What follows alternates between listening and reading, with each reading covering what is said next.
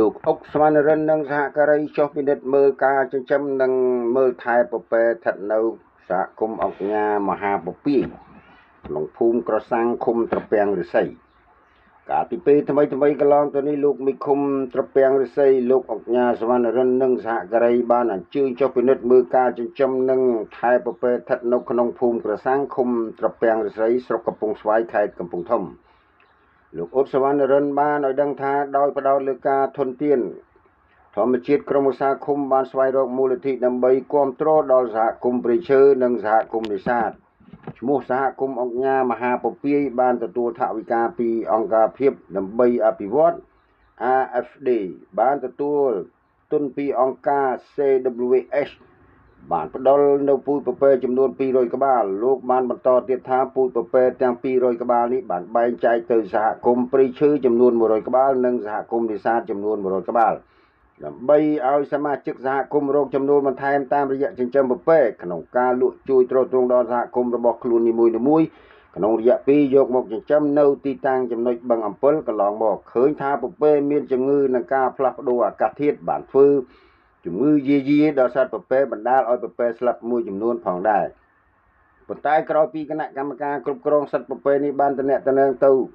ខាងមន្ត្រីជំនាញនៃមន្ទីរកសិកម្មរុក្ខាប្រមាញ់និងនេសាទខេត្តកំពង់ធំដើម្បីសុំជំនាញមកពិនិត្យព្យាបាលឃើញថារហូតមកដល់ពេលនេះសុខភាពសត្វពពែមិនមានបញ្ហាអ្វីឡើយហើយក៏អាចស៊ាំនឹងអាកាសធាតុនៅទីនោះផងដែរ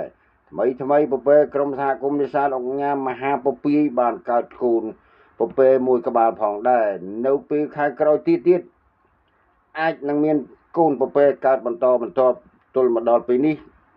ពពែផើមចំនួន20ក្បាលហើយលោកអង្គញាសវណ្ណរិនមេឃុំត្រពាំងព្រៃបានលើកឡើងឲ្យដឹងការចិញ្ចឹមពពែមិនត្រឹមតែជួយរក្សាធនធានធម្មជាតិនិងការស្រឡាញ់សត្វពពែតែប៉ុណ្ណោះទេវាអាចចូលរួមចំណែកខាងសំខាន់ក្នុងការបង្កើតសេដ្ឋកិច្ចគ្រួសារកសិករព្រោះពពែមានតម្លៃនៅប្រភេទចំណីដែលមានតម្លៃថោកដូចជាផលិតផលនៃការមានតម្លៃថ្លៃ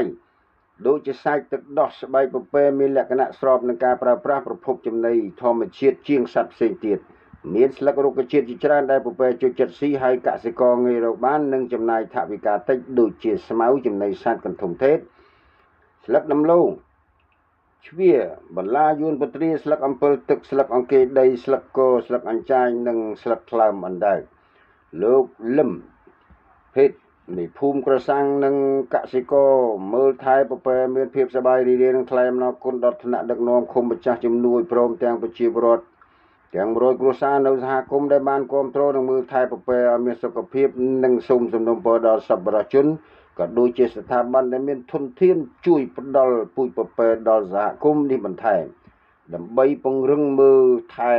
ពូជពពែដល់ប្រជាពលរដ្ឋនៅក្នុងភូមិផ្សេងទៀត